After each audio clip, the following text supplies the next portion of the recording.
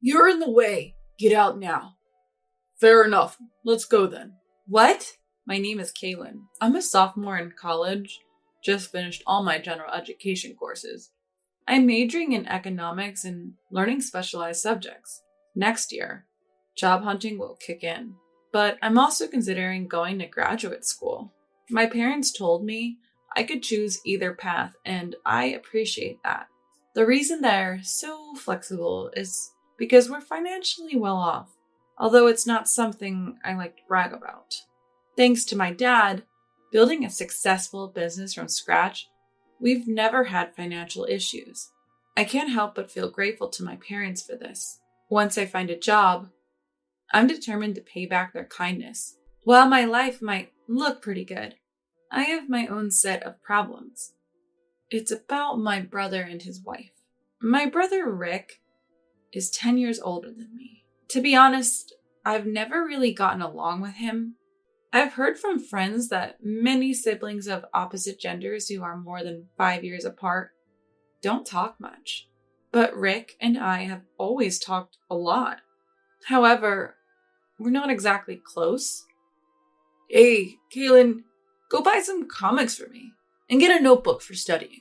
Use your own allowance, of course. Oh, and grab a drink too. I've been running errands like this for him for years. My parents would step in when they were around, but they both work. So I've mostly just complied out of fear. This dynamic hasn't changed even though I'm an adult now. If anything, it feels like it's getting worse. The turning point was last year when Rick got married. He married Stacy, who is the same age as him. Stacy is a beautiful woman, but she's also pretty cold. I didn't like her from the moment we met. And it turns out my instincts were right. You have a sister? Your parents are well off. I wonder if Caitlin could give us $5,000 as wedding money. Stacy always seemed to be pressuring me, even though I'm still in school. Thankfully, my parents stepped in. Kaylin is still a student living at home. The wedding gift money can be the same as ours. Yeah, we'll give a little extra. But my brother and Stacy weren't satisfied. That's not right. You're an adult. Pay up. Exactly. We'll be family for a long time. You need to step up. I ended up just giving them money that my parents gave me to avoid any drama. Frankly, both my brother and Stacy are pretty greedy. I was hoping to keep my distance as much as possible, but they keep showing up at our house despite my wishes. They never miss a chance to take a jab at me for living life at home and commuting to college. You're still living at home. You don't plan on being a burden forever, do you? I don't want a sister who's good for nothing. Seriously? Even if college is close, it's so uncool. When do you move out? That way we could save on utilities and groceries. Plus, there'd be more inheritance for us. My brother said all this even though he himself commuted from home to college. And he even had to repeat 2 years. Stacy's comments were just as bad. My parents are still working and are in good health, but she's already talking about inheritance. It's just insensitive. Anything I'd say would just make them mad. I've been biting my tongue, but things have gotten even worse. Now they're bringing their stuff into our home for some reason, despite living only 30 minutes away in a large apartment. They keep hauling in clothes and knickknacks. Rick, this stuff is in the way. Why are you bringing it here? You have your own home, right? My mom finally spoke up. But my brother didn't care. This is my home too. What's the big deal? Besides, Kaylin has more stuff here. Kaylin lives here. Of course she does. Well, I'm also a child of this house. Don't discriminate between your kids. There's nothing wrong with keeping our stuff here. Stacy is a part of my family, so she's part of this house. Exactly, future in-laws. Rick will eventually inherit everything. Might as well start now, right? They kept ignoring my parents' warnings. It was one day when this state of affairs was continuing. They took it a step further. One weekend morning, I woke up to the sound of heavy footsteps. The house was filled with burly men who were following my older brother and Stacy as they shuffled stuff around, trying to make sense of what was going on. It seemed like my brother and Stacy had hired them. What do we do with this? Just leave that. Oh, but take that one away. Got it. Following my brother's instructions, the men started moving drawers that belonged to my parents and me. They even took my college textbooks and other stuff I use daily. Hey, what are you doing? Stop this now. Well, we were hired by them, so... No matter what I did to stop them, they didn't listen. Even when I directly complained, they just glanced towards my brother and Stacy with puzzled looks. Apparently, they had been hired with a handsome sum. Before I knew it, all the essential items were out of the house. Without pause, everything was loaded into a truck parked outside. Oh, Kaylin, leave your money, okay? We'll put it to good use. And please take those two old folk with you. You can keep your wallet at least. Don't think we're heartless. We've rented a weekly apartment for you to stay with Mom and Dad. 2 weeks' rent is paid. Go there for now. We've arranged for your stuff to be delivered there, too. What? You can't. Before I could say another word, they kicked me and my parents out into the yard. I stood there stunned, looking up at the house I'd been sleeping in just minutes ago. But then I snapped back to reality. I couldn't just stand there, paralyzed. I'm an adult now, not just a kid who needs protecting by my parents. I guess I'll have to take a break from college. I'll find a part-time job to get by for now. I wonder what happened to my bank book and SIL. It would be nice if my brother had put some basic funds aside for me, but I can't just worry all day. The only thing to do is go to the weekly apartment they told us about. It's okay, Dad, Mom. I'm not a kid anymore. Saying this, I looked back at my parents. They must be even more stunned than I am, betrayed by my brother. So it's up to me to lift their spirits. My expectations were shattered, in a really good way. When I turned around, both of them were smiling. Wow, that went better than I thought. Right? It happened faster than expected. What? Wait, what's going on? Turns out they had suspected my siblings' scheme all along. From the moment they first moved their belongings, they had anticipated a day like this. But listen, Kaylin, people like that won't stop no matter what you say. If anything, they dig their heels in deeper when faced with reason. Exactly. You can't face people like Rick head on. Instead, let them think they've succeeded in their little plot. They'll let their guard down. That's when you make your move. What? So this all went according to your plan? Their smiles deepened at my question. Look, your dad didn't build a company from scratch for nothing. It's about time to show you some of the skills that have supported your dad, Kaylin. I'll teach you what it really means to handle people. They suggested we go to a weekly apartment for now. I thought we were going straight home to confront my siblings, but apparently not. Following Dad's guidance, I walked as if deeply disheartened. I feel like we're being followed. Don't worry, Kaylin. Just act like you don't notice. Types like Rick and Stacy enjoy tormenting their prey. They'll probably report back to someone that we look downcast. Just keep acting disheartened, Kaylin. Heeding their advice, I proceed to the apartment. Once inside, they announced energetically, "Okay, most of the plan is a success. Time to counterattack." Rick and his gang. On Mom's cue, Dad places a call. Proceed as planned. He was speaking to a moving company. Additionally, it seemed one of Dad's trusted employees was ready to direct the operation. The movers started pouring into our home. Boss, everything is going as planned. Your son and daughter-in-law seem to be shocked. Well, I'd expect as much. Carry on. Over the phone, there was a buzz like live commentary. Apparently, the movers had been prepped by Dad on what items to take. The sound of safes and other valuables being moved filled the air. What the heck? You guys bursting into someone's house like this? What's the big idea? Really? You want me to call the police? No, we're just here on the homeowner's request. Hey, excuse me, could you move? You're in our way. Wait a minute, that's my safe with my bank book in it.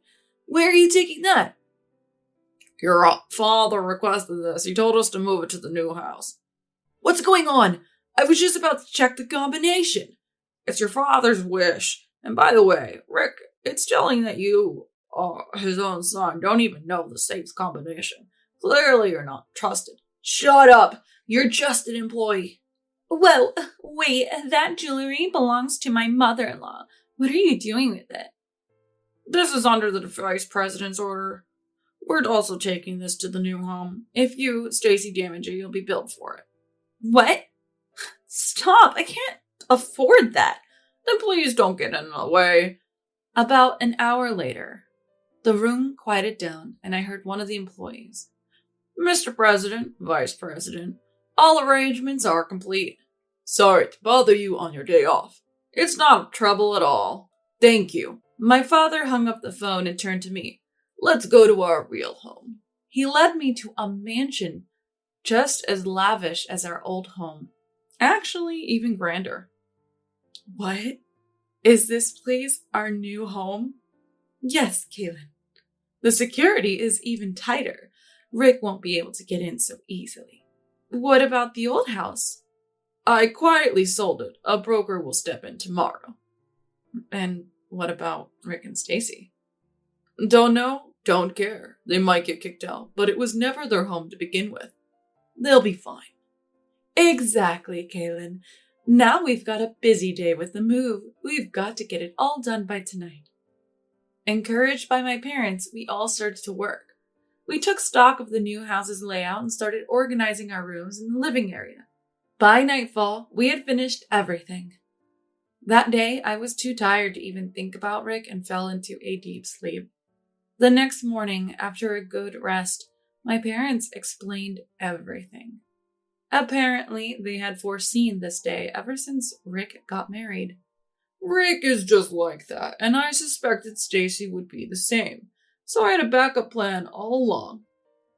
Originally, I planned to move into this house anyway.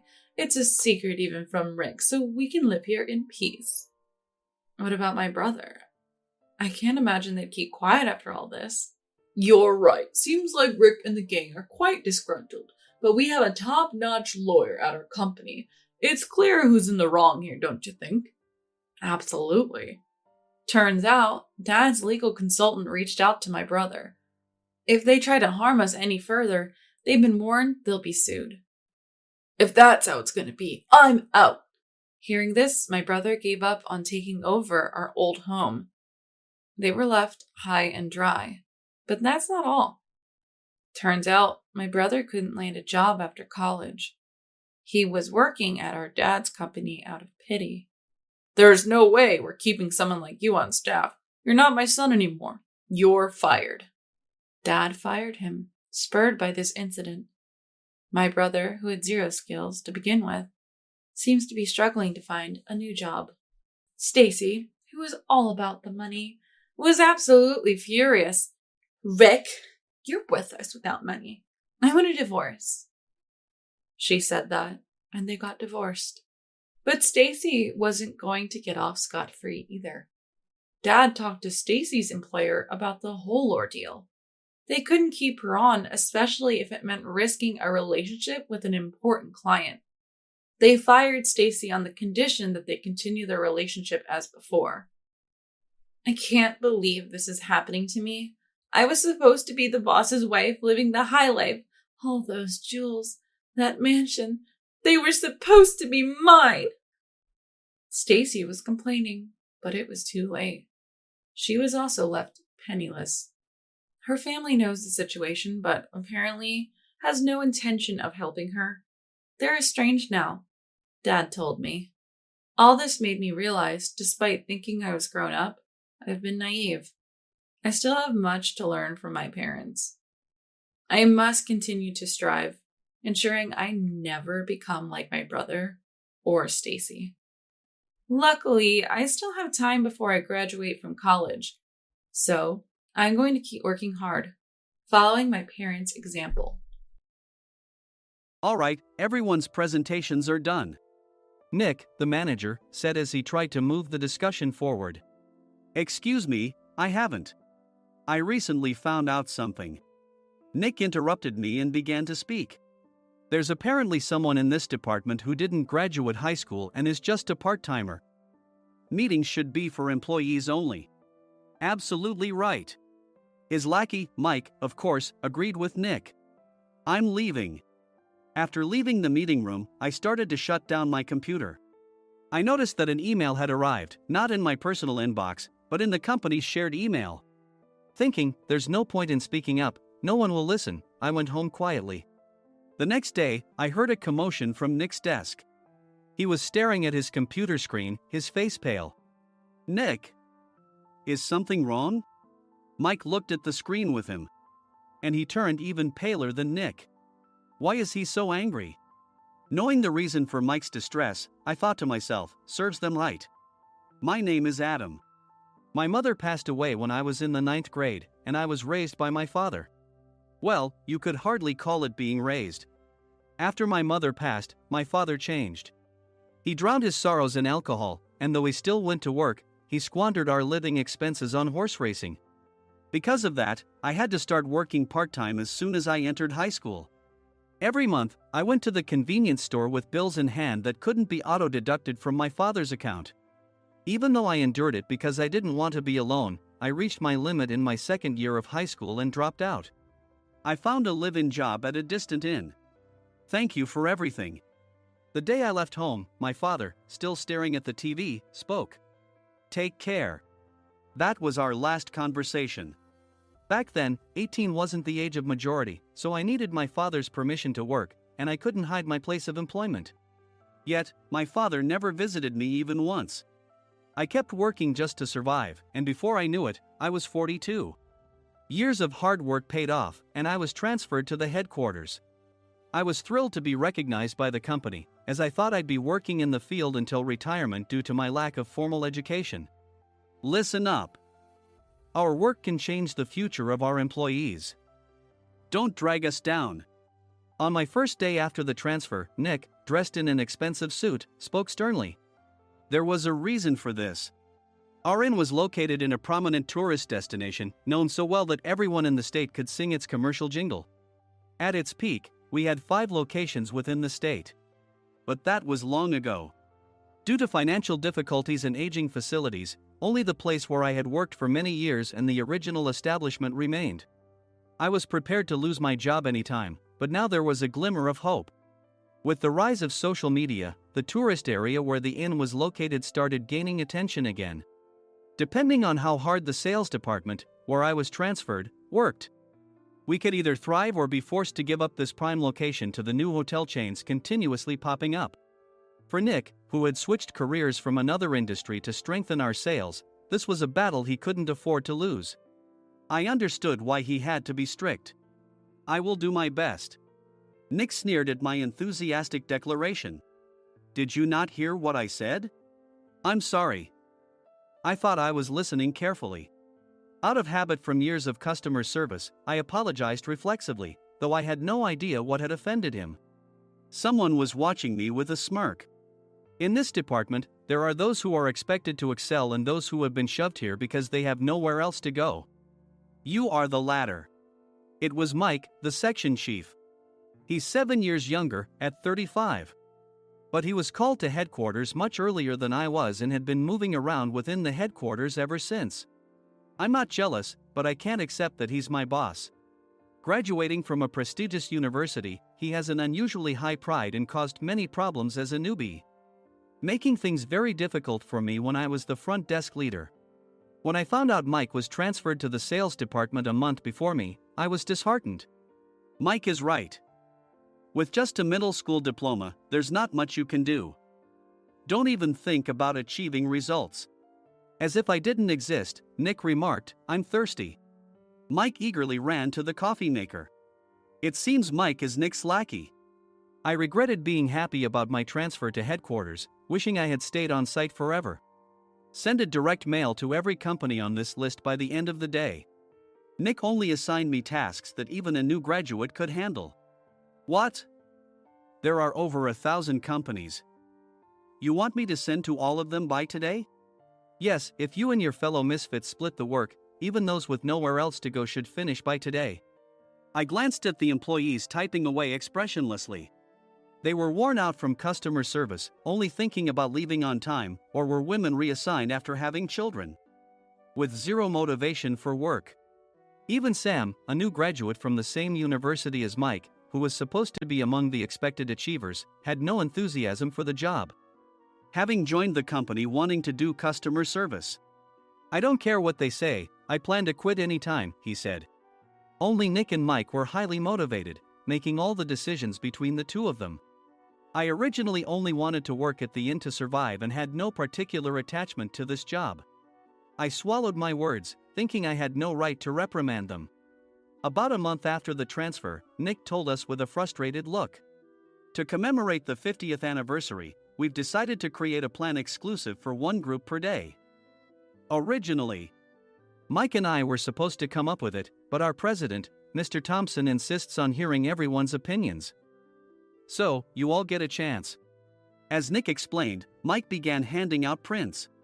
Make sure not to embarrass Nick. If your ideas are half-baked, you'll have to redo them.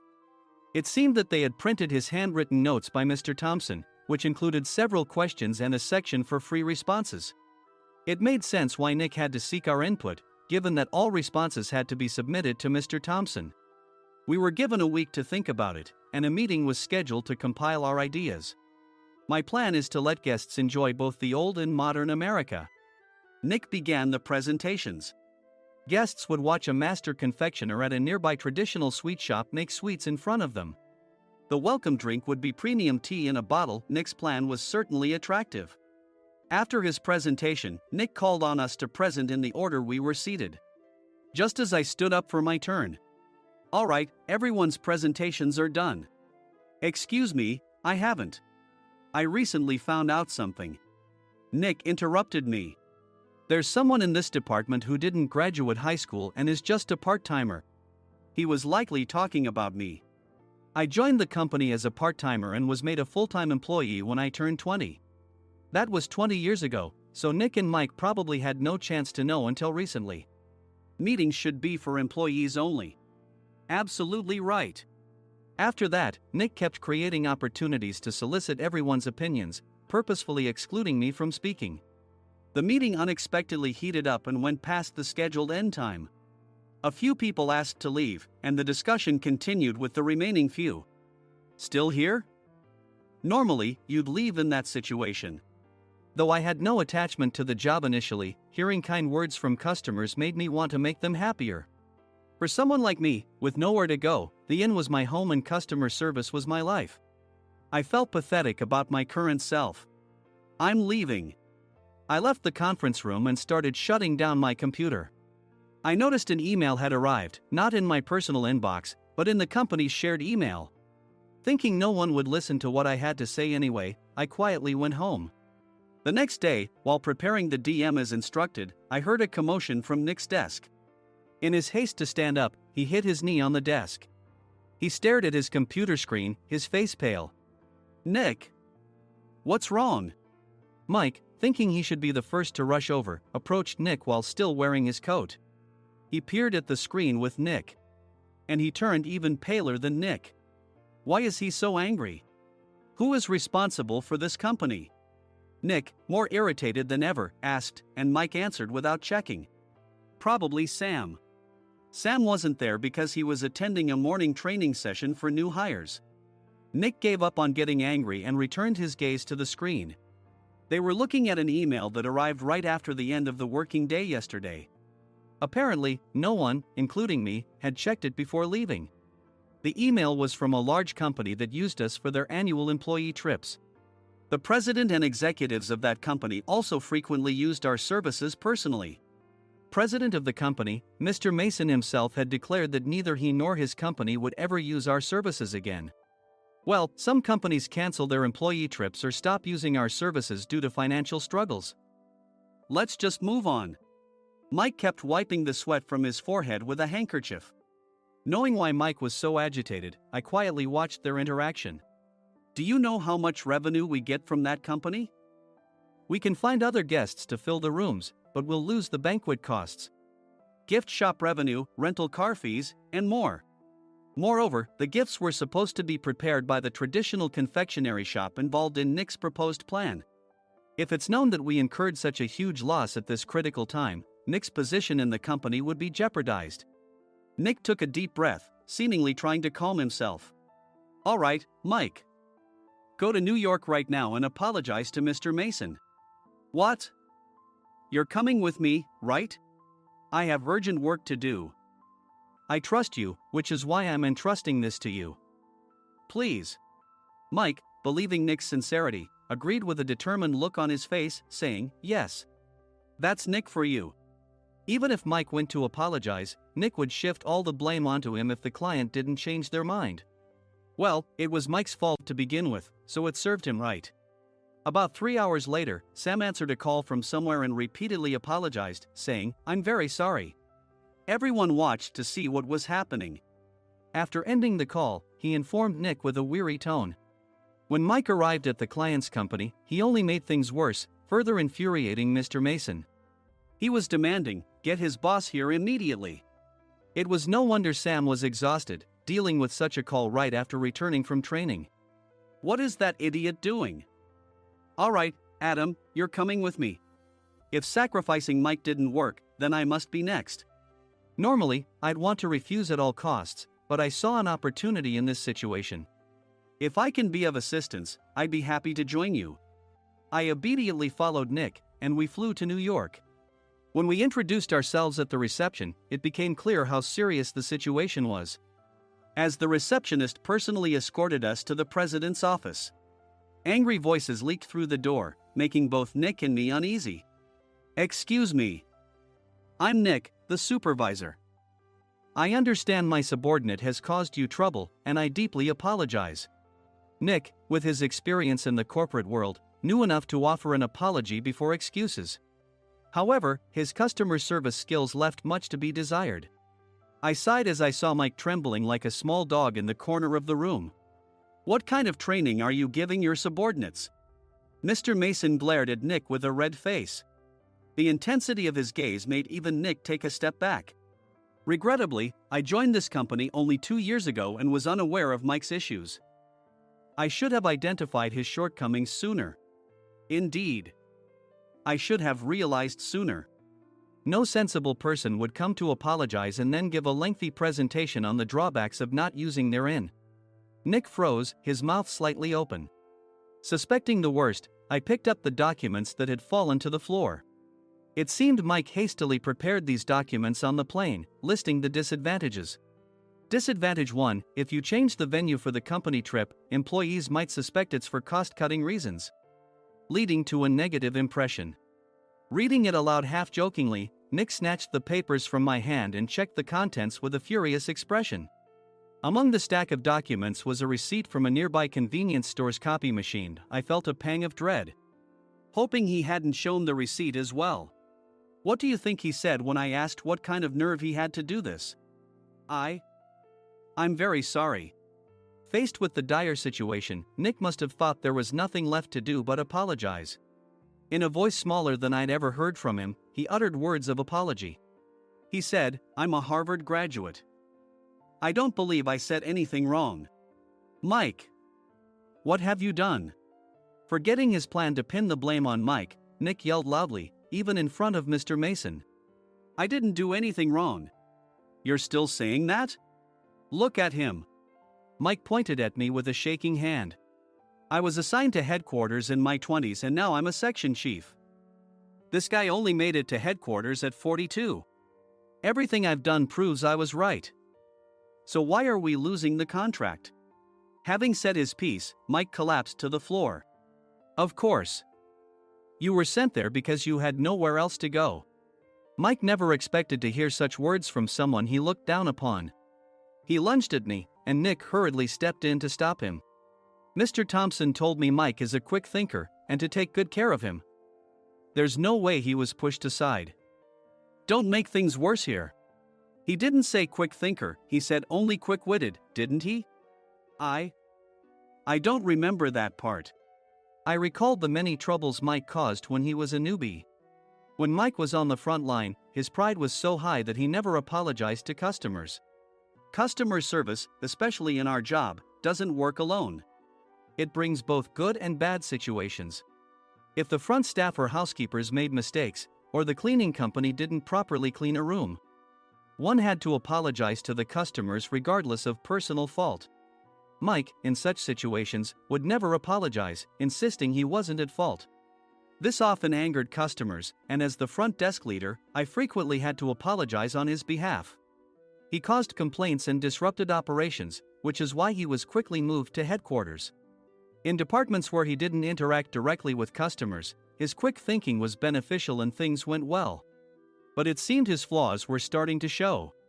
Corporate reservations are supposed to be entered into the system by the sales representative. But a quick check yesterday revealed that more than 10 items were missing from the client's reservation. The handover document clearly stated what needed to be prepared.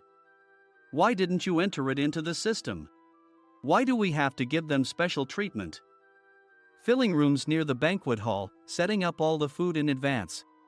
Specifying the brand of wine, they're too demanding. No wonder he always angered customers, I thought, feeling a headache coming on. Grouping them in rooms near the banquet hall is for our benefit too. It makes it easier for the staff to set up beds and serve breakfast since everyone's schedule is synchronized. As for the other requests, Mr. Mason suggested them to lighten our load.